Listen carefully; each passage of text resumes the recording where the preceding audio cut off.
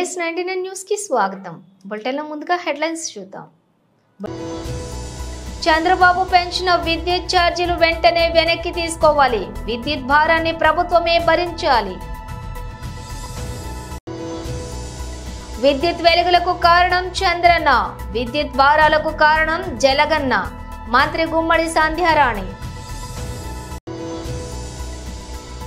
తెలంగాణ భవన్లో బీఆర్ఎస్ నేతల press meet.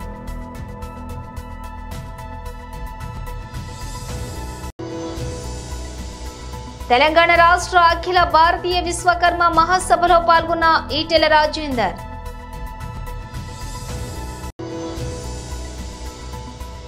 కుమార్తె వచ్చాకే మన్మోహన్ సింగ్ అంత్యక్రియలు.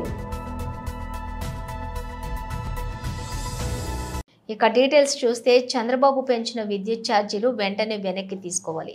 విద్యుత్ భారాన్ని ప్రభుత్వమే భరించాలి. రాజమండ్రి కరెంట్ ఆఫీస్ వద్ద విద్యుత్ అధికారులకు వినతి పత్రం అందజేసిన రాజమండ్రి మాజీ పార్లమెంటు సభ్యులు వైఎస్ఆర్సీపీ రాష్ట్ర అధికార ప్రతినిధి మార్గని భరత్ విద్యుత్ బాధుడిపై పోరుబాటలోని పాల్గొన్న జిల్లా అధ్యక్షులు చెల్లుపోయిన వేణుగోపాలకృష్ణ, మాజీ శాసనసభ్యులు రౌతు సూర్యప్రకాశ్ రావు, ఇతర నాయకులు మరి ఇక్కడికి వచ్చి కదం తొక్కి సాక్షాత్తు ఆంధ్రప్రదేశ్ మొత్తం అంతా కూడా వైఎస్ఆర్సీపీ శ్రేణులందరూ కూడా నిరసన కార్యక్రమం చేపడుతున్నారు. ప్రజల పక్షాన నుంచుని పోరాటం చేస్తా ఉన్నారని ఈ సందర్భంగా తెలియపరుస్తూ సుమారుగా 15,000 కోట్ల రూపాయలు ప్రజలపైన భారం వేసే కార్యక్రమం చేపట్టారు. ఇదే చంద్రబాబు నాయుడు గారు మరి ప్రతిపక్షంలో ఉన్నప్పుడు చెప్పిన మాట ఏంటి? ఆయన నాణ్యమైన విద్యుత్ ఇస్తాను, కరెంటు ఛార్జీలు పెంచబోను అని నొక్కి వక్కాని చెప్పాడు. మరి ఇవాళ ఏం జరుగుతా ఉంది? ఇదే చంద్రబాబు నాయుడు గారి చరిత్రహీనుడు కిందన గతంలో మనకు అందరికీ గుర్తుంది, హైదరాబాద్ బషీర్బాగ్ లో 3 వ్యక్తుల్ని కాల్చి చంపిన ఉదంతం కూడా ఇంకా ఎవరు కూడా ప్రజలు మర్చిపోలేదు. అది కూడా కరెంటు ఛార్జీలు పెంపు పైన ప్రజా ఆగ్రహానికి గురయ్యారు. మరి ఇవాళ వైఎస్ఆర్సీపీ ఇచ్చిన పిలుపు మేరకు ఆంధ్రప్రదేశ్ వ్యాప్తంగా వైఎస్ఆర్సీపీ శ్రేణులందరూ కూడా కదం తొక్కి ఇవాళ ఎస్సీ ఆఫీసుల దగ్గరకు వచ్చి డిఈ ఆఫీసులు, ఏడీఈ ఆఫీసులు, సిఎండి ఆఫీసుల దగ్గరకు వెళ్లి నిరసన కార్యక్రమం చేపట్టి మీరు ఏదైతే కరెంటు ఛార్జీలు పెంచారో బేషరతుగా తగ్గించాలని ఇవాళ వైఎస్ఆర్సీపీ తరపున మేము డిమాండ్ చేస్తా ఉన్నాము. ఖచ్చితంగా మీరు ఉపసంహరించుకోకపోతే ప్రజా ఆగ్రహానికి గురవుతారని కూడా ఈ సందర్భంగా తెలియపరుస్తూ ఖచ్చితంగా జగన్మోహన్ రెడ్డి గారి నాయకత్వంలో మళ్లీ మా ప్రభుత్వం వస్తుంది, ఖచ్చితంగా ప్రజలకు మరింత మంచి చేస్తామని కూడా ఈ సందర్భంగా తెలియపరుస్తూ ఇప్పటికే ప్రజలు తెలుసుకుంటా ఉన్నారు. గతంలో జగన్మోహన్ రెడ్డి గారు ఏ రకంగా పథకాలు ఇచ్చేవారు, ఇప్పుడు ఈ గడిచిన 7 నెలల్లో ఒక్క పథకం కూడా సరిగ్గా రాక ప్రజలు విలవిల్లాడుతూ ఉన్నారు. ఇవాళ వ్యాపారస్తులు చూస్తే ఆంధ్రప్రదేశ్ వ్యాప్తంగా దసరా అయింది, దీపావళి అయింది, నిన్న క్రిస్మస్ అయింది, ఎవరికి కూడా వ్యాపారాలు లేవు, మరి ప్రజల దగ్గర డబ్బులు లేవు. ఈ రకమైన దారుణమైన పరిస్థితులకి నెట్టిన చంద్రబాబు నాయుడు గారు ఇమీడియట్ గా ఎప్పుడైనా బుద్ధి తెచ్చుకుని మీరు కరెంటు ఛార్జీలు తగ్గించాలని డిమాండ్ చేస్తాం.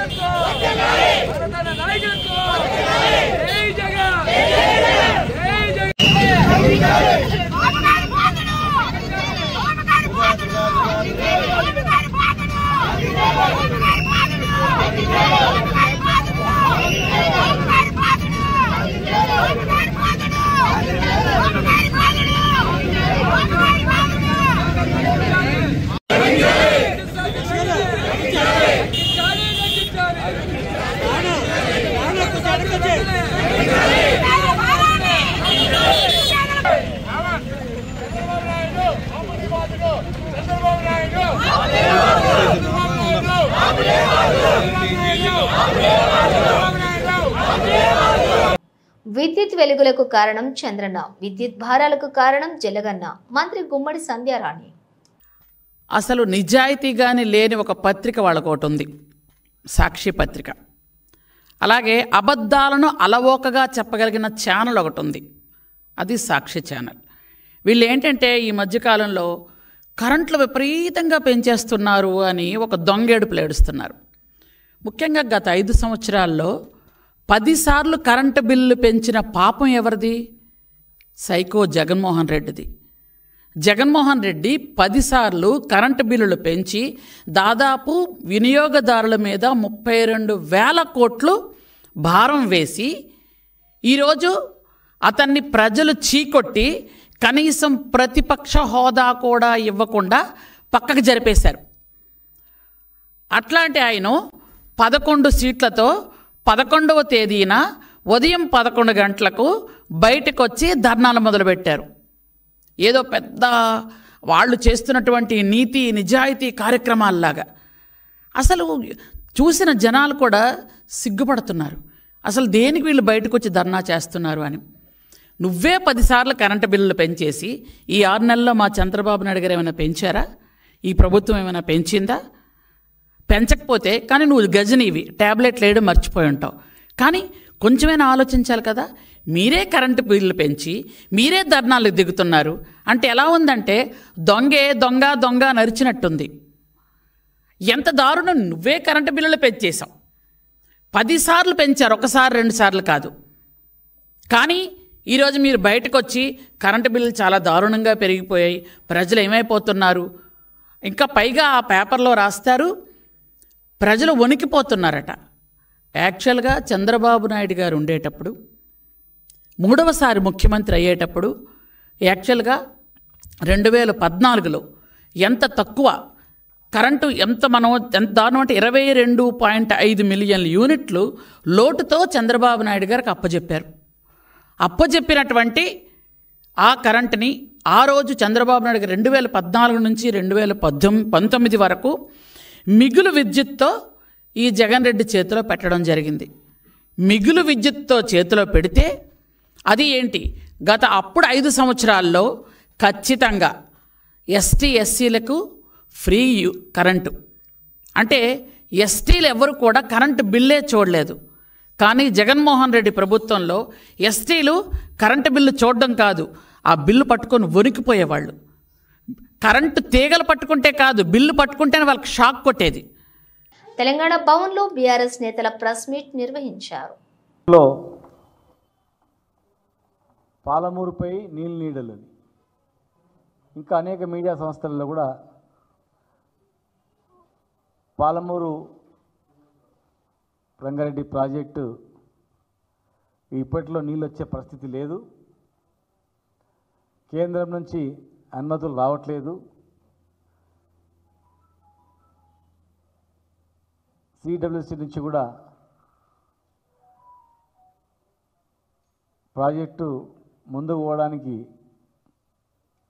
అనుమతులు ఇవ్వట్లేదు, డిపిఆర్ వాపసు వచ్చింది అని చెప్పి కూడా మనం చూస్తూ ఉన్నాం. ఈ రాష్ట్ర ప్రభుత్వం ముఖ్యమంత్రి గారు కూడా మహబూబ్నగర్ జిల్లాని పాలమూరు రంగారెడ్డి జిల్లా ప్రాజెక్టు నీళ్ళు ఇచ్చి తీరుతాం, 12 లక్షల ఎకరాలకు ఖచ్చితంగా నీళ్ళు ఇచ్చి తీరుతామని చెప్పింది. మరి ఈరోజు కట్టిన చెరువు కట్టలు ఉన్నాయి, కట్టిన కట్టలు ఉన్నాయి, తవ్విన కాలువలు ఉన్నాయి, పెట్టిన పంపులు ఉన్నాయి, అన్నీ ఉన్నాయి. 90% పనులు కంప్లీట్ అయి ఉన్నాయి. ఆన్ చేస్తే రిజర్వాయర్ నీళ్ళు నిండి ఉండేటివి, మోటార్లు రెడీ ఉన్నా రిజర్వాయర్లు నింపట్లేదు. కేంద్రం నుంచి అనుమతులు కూడా తీసుకురావడంలో ప్రయత్నం కూడా లేదు. ప్రయత్నం మొత్తం కూడా కేసులు, జైలు, డైవర్షన్ ఇవి తప్ప అభివృద్ధి మీద దృష్టి పెట్టట్లేదు. రెడీమేడ్గా 90% కంప్లీట్ అయినటువంటివి కాలువలు, తవ్విన కాలువలు ఉన్నాయి, కట్టిన కట్టలు ఉన్నాయి, పెట్టిన మోటార్లు ఉన్నాయి. ఆన్ చేసి దుగ్గిపిచ్చి ట్రయల్ కూడా చేయించినాం. అసలు ఏమీ జరుగుతుంది, కేంద్రం నుంచి ఎందుకు అనుమతులు వస్తలేవని కూడా దృష్టి పెట్టట్లేదా, కావాలని చేస్తుందా? పక్కన ప్రభుత్వమేమో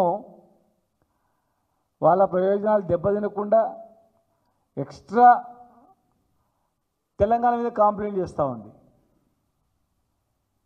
కంప్లైంట్ చేసి కృష్ణా ట్రిబ్యునల్లో కంప్లైంట్ చేసి మితండ వాదనలతో ఇవాళ ఫైల్ డిపిఆర్లు అన్నీ వాపసు వచ్చినాయి. మహబూబ్నగర్ ప్రజలారా, తెలంగాణ ప్రజలారా, ఒక్కసారి మీరు ఆలోచన చేయండి. ఇప్పటి వరకు కేంద్రానికి పంపినటువంటివి మూడు అనుమతులు కూడా వాపసు వచ్చినాయి. తెలంగాణ రాష్ట్ర అఖిల భారతీయ విశ్వకర్మ మహాసభలో ఈటెల రాజేందర్ పాల్గొన్నారు. చెన్నయాచారి గారు, లింగాచారి గారు, మురళీధర్చారి గారు, సతీష్ గారు, కమిటీ సభ్యులందరికీ పేరు పేరున నమస్కారం. जो नेशनल लीडर्स यहाँ पे आया है, Telangana state is a new state. 2014 में जो स्टेट बना है, ये स्टेट बनने के लिए, तेलंगाना स्टेट बनने के लिए तो हमारा फिलासफर, हमारा सिद्धांतकर्ता प्रोफेसर जयशंकर जी हमारा विश्वकर्मा है.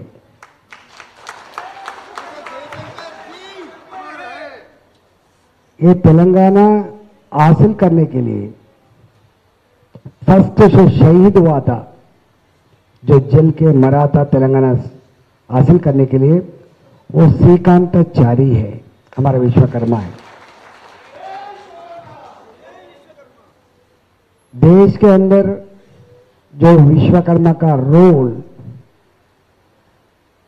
अभी बोलना ठीक नहीं है, मगर आज हमारा स्टेट के अंदर जो विश्वकर्मा का हालत बहुत बुरी हालत बन गया.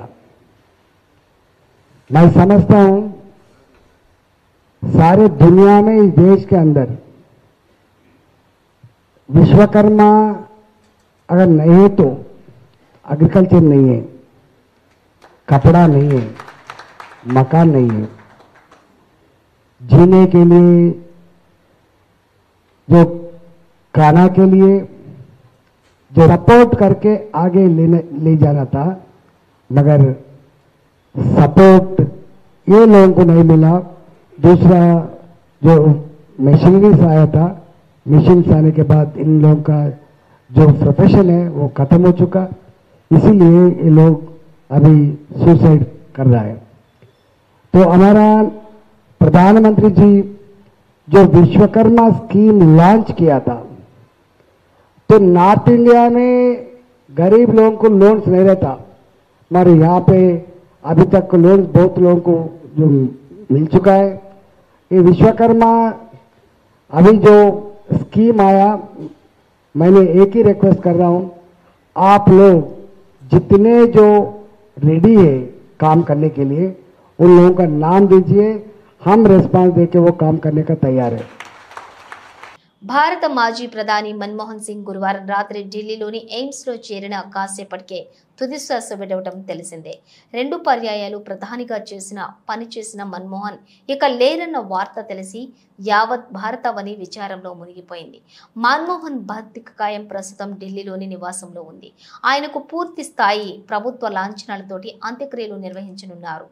ఆయన పార్థివ దేహంపై జాతీయ పతాకాన్ని కప్పి ఉంచారు. కాగా మన్మోహన్ సింగ్ కుమార్తెల్లో ఒకరు అమెరికా నుంచి రావాల్సి ఉండటంతో ఆయన అంత్యక్రియలను రేపు నిర్వహించనున్నారు.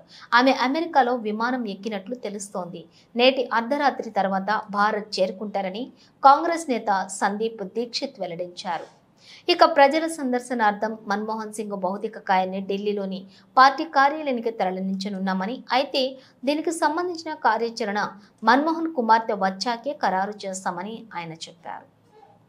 బోర్డర్ గవాస్కర్ ట్రోఫీ తోటి భారత కెప్టెన్ రోహిత్ శర్మ చెత్త ప్రదర్శన కొనసాగుతోంది. సిరీస్లోని గత 2 మ్యాచ్ల్లో దారుణంగా విఫలమైన హిట్ మ్యాన్ ఎంసీగా మెల్బోర్న్ క్రికెట్ గ్రౌండ్ వేదికగా జరుగుతున్నటువంటి 4 టెస్టు మ్యాచ్లోనూ నిరాశపరిచాడు. కేవలం 5 బంతులు ఎదుర్కొని 3 పరుగులు చేసి వెనుదిరిగాడు. ఆసీస్ కెప్టెన్ ప్యాట్ కమిన్స్ బౌలింగ్లో పోలాండ్కు క్యాచ్ ఇచ్చి అవుట్ అయ్యాడు. ఇక దీంతో కెప్టెన్ రోహిత్ శర్మ ఖాతాలో అరుదైన చెత్త రికార్డు చేరింది. టెస్ట్ క్రికెట్లోని ప్రత్యర్థి జట్టు కెప్టెన్ బౌలింగ్లో ఏకంగా 5 సార్లు అవుట్ అయిన కెప్టెన్గా రోహిత్ శర్మ నిలిచాడు. బాక్సింగ్ డే టెస్ట్లో ఆస్ట్రేలియా సారథి ప్యాట్ కమిన్స్ బౌలింగ్లో అవుట్ కావడంతో ఈ అవాంఛిత రికార్డు హిట్ మ్యాన్ ఖాతాలో చేరింది. దీంతో మాజీ దిగ్గజం సునీల్ గవాస్కర్, ఇంగ్లాండ్ మాజీ కెప్టెన్ డేట్ టెక్టార్స్ తోటి సమంగా రోహిత్ శర్మ కూడా నిలిచారు. పాకిస్తాన్ ఆల్ టైమ్ గ్రేట్ మాజీ కెప్టెన్ ఇమ్రాన్ ఖాన్ బౌలింగ్లోని నాటి భారత కెప్టెన్ సునీల్ గవాస్కర్ 5 సార్లు అవుట్ అయ్యారు. ఇక ఇంగ్లాండ్ మాజీ సారథి టెడ్ డెక్టర్స్ను ఆస్ట్రేలియా మాజీ కెప్టెన్ రిచీ బౌనెట్ కూడా 5 సార్లు అవుట్ చేయడం గమనార్హం. పులివెందుల విజయం గార్డెన్స్లోని జరిగినటువంటి సంగీత అహ్మద్ల వివాహానికి వైఎస్ జగన్ దంపతులు హాజరయ్యారు.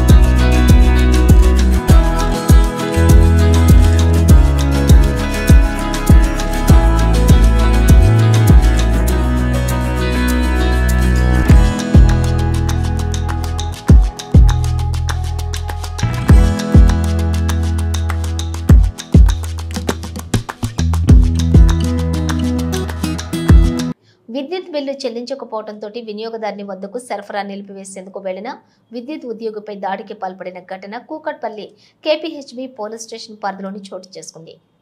బాధితుడు శ్యామ్ తెలిపిన వివరాల ప్రకారం కేపీహెచ్బీ కాలనీ రోడ్ నంబర్ 2లోని ఓ వినియోగదారుల నివాసం వద్ద బిల్లు చెల్లింపులు కాని కనెక్షన్లపై చర్యలకు వెళ్లగా అక్కడ నివాసంలో ఉన్న వారికి సమాచారం ఇచ్చి సరఫరా నిలిపివేసేందుకు వెళ్లామన్నారు. దీంతో వారి ఇంట్లోని 2 వ్యక్తులు అన్నదమ్ములు బయటకు నుంచి వచ్చి దురుసుగా ప్రవర్తించి చేయి చేసుకున్నట్లుగా బాధితుడు శ్యామ్ తెలిపారు. బాధితుడు ఈ మేరకు పోలీసులకు పాల్పడినటువంటి వారిపై కేపీహెచ్బీ పోలీసులకు ఫిర్యాదు చేశారు. అనంతరం కొండాపూర్ గచ్చిబౌలి విద్యుత్ కార్యాలయం వద్ద కూడా యూనియన్ నాయకులు మోహన్ ఆధ్వర్యంలో నిరసన వ్యక్తం చేశారు. సరేనమ్మా చెప్పండి అని చెప్పేసి అతను కిందకు వచ్చే క్రమంలో పైనుంచి వాళ్ళ అబ్బాయి ఎవరైతే ఒక రెడ్ షర్ట్ కలర్ వేసుకున్నటువంటి వ్యక్తి కిందకు వచ్చేసి మా వాడిని నువ్వు ఎట్లా డిస్కనెక్షన్ చేస్తావు అని చెప్పేసి వాగ్వేదానికి దిగడం జరిగింది. వాళ్ళిద్దరు మాట్లాడుతుండగా వాళ్ళ బ్రదర్ సంబంధించిన ఒక అతను ఎమ్మనే స్పీడ్గా వచ్చేసి అతను ఉన్న వెహికల్ని గుద్దేసి కింద పడేసి ఇద్దరు అన్నదమ్ములు ఇద్దరు కూడా అన్పార్లమెంట్ లాంగ్వేజ్ ఉపయోగించి, అంటే వీళ్ళు చేస్తున్నటువంటి ఒక మంచి పనికి ఇంట్లో ఉన్నటువంటి తల్లిని చెల్లిని అందరినీ కూడా మార్కెట్లో తీసుకొచ్చే విధంగా అన్పార్లమెంట్ లాంగ్వేజ్ ఉపయోగించి అతన్ని తిట్టడం, ఇది చాలా ఇబ్బందిగా మేమందరం కూడా ఈ కొండాపూర్ గచ్చిబౌలి డివిజన్ ఎంప్లాయీస్ అందరిని ఖండిస్తున్నాం. ఇక్కడ నేను కోరుకునేది ఏంటంటే మేము ఎంప్లాయీస్ ఉద్యోగస్తులమే, మీ సర్వీస్ చేయడానికే మేము ఉన్నాం తప్ప మాకంటూ పర్సనల్గా ఎవరి మీద కూడా ఎటువంటి వ్యతిరేకత భావం మా దగ్గర ఉండదు. మేము ఎంప్లాయీస్ కూడా మీ ఫ్రెండ్లీగానే ఉంటాము. ఏదైనా ఇబ్బంది కానీ మీకు ఏదైనా ఇబ్బంది కలిగి ఉంటే మా ద్వారా కానీ లేకపోతే మా పైన ఉన్న అధికారుల ద్వారా మీకు ఉన్నటువంటి ప్రాబ్లమ్ని సాల్వ్ చేసుకోవచ్చు. కానీ ఏదైనా మ్యాన్ హ్యాండ్లింగ్ చేసుకోవటం అనేది ఇబ్బందికరంగా, ఎందుకంటే ఉద్యోగస్తులు మీ అమ్మడే తిరుగుతుంటుంటారు, మీ సర్వీస్ చేయడానికే మీ చుట్టూ రెయ్యం పగులు పనిచేస్తుంటుంటారు. వారిని మీరు గౌరవిస్తే మీకు ఎప్పుడు ఏ టైంలో అయినా సరే ఎంప్లాయీస్ అందుబాటులో ఉండి మీ ఇంట్లో వెలుగు రావడం కోసం తను ఎంతకైనా శ్రమ పడడానికి సిద్ధంగా ఉన్నాం మేమంతా కూడా ఎంప్లాయీస్. దయచేసి మీడియా ద్వారా నేను ప్రజలను కూడా కోరుకునేది ఏంటంటే మీకు ఏదైనా ఇబ్బందులకు ఉండొచ్చు, లేవని నేను అనట్లేదు. అటువంటి ఏదైనా ఉన్నప్పుడు వారి ద్వారా అక్కడ వచ్చిన వారి ద్వారా కాని పక్షంలో ఉంటే పై అధికారుల ద్వారా ఆ ప్రాబ్లం సాల్వ్ చేసుకోండి. కానీ మ్యాన్ హ్యాండ్లింగ్ చేయటం కానీ అన్పార్లమెంట్ లాంగ్వేజ్ వచ్చి తాను ఇబ్బంది పడే విధంగా తిట్టడం కానీ మంచి విధానం కాదు. మీకు కూడా అది మంచి విధానం కాదు. ఎందుకంటే మేము రెయ్యం పగలు వర్షాలు పడ్డా లేకపోతే ఏదైనా వాతావరణాలు మార్పులు జరిగినా మీ వెంటే ఉంటాం. మీ ముందే, మీ కళ్ళ ముందే మేము ఆ టైంలో కూడా పనిచేస్తూ ఉంటుంటాం. వర్షాలు పడ్డా కూడా దాంట్లో నానుతూనే ఉంటాం. కానీ తడిలో మేము చేస్తే షాక్ తగిలి ప్రాణాలు పోయే అవకాశాలు ఉన్నాయి. మరి ఒక్క ప్రాణం పోయిందంటే దాని కుటుంబం కూడా రోడ్డు మీదకి రావాల్సి వస్తుంది. దయచేసి ప్రజలందరూ కూడా, మీరందరూ కూడా మా అభ్యర్థిని మన్నించి తెలుసుకోండి. మేము ఎంప్లాయీస్, మేము ఎవరికి వ్యతిరేకం కాదు, ఎవరికి కూడా ఇబ్బంది పెట్టాలన్న ఆలోచన మాకు లేదు. కాబట్టి మీడియా ద్వారా మిమ్మల్ని అందరినీ కోరుకుంటూ మేము రిక్వెస్ట్ చేస్తున్నది ఏంటంటే మాతో సహకరించండి. మీకు ఏమైనా ఇబ్బంది ఉంటే పై అధికారులు తెలియజేయండి, లేదంటే మీడియా ద్వారా తెలియజేయండి. తెలిస్తే దాన్ని సాల్వ్ చేసుకోవడానికి అవకాశం ఉంటుంది. మాకు కూడా అధికారులు దీని మీద, ఈ కేసు మీద పిఎస్కి వెళ్ళి కంప్లైంట్ ఇవ్వడం, అధికారులు కూడా మాకు సహకరించి కంప్లైంట్ ఇవ్వడం జరిగింది. అతను కూడా అరెస్ట్ చేస్తారని చెప్పి తెలియజేస్తున్నాం. మేము ఎటువంటి పరిస్థితుల్లో దీని మీద కాంప్రమైజ్ అయ్యేది లేదు. ఆ వ్యక్తులు రియలైజ్ కావాలి, కంపల్సరీ రియలైజ్ అయ్యేంత వరకు కూడా మేము ఎటువంటి కాంప్రమైజ్ కావాలని చెప్పి దయచేసి ఈ వచ్చిన మీడియా మిత్రులందరూ కూడా బులెటిన్ ముగించే ముందు హెడ్లైన్స్ మరోసారి. చంద్రబాబు పెంచిన విద్యుత్ ఛార్జీలు వెంటనే వెనక్కి తీసుకోవాలి. విద్యుత్ భారాన్ని ప్రభుత్వమే భరించాలి.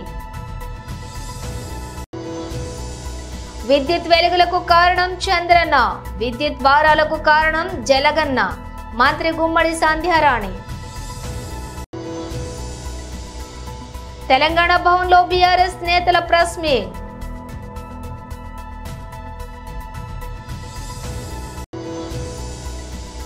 తెలంగాణ రాష్ట్ర అఖిల భారతీయ విశ్వకర్మ మహాసభలో పాల్గొన్న ఈటెల రాజేందర్.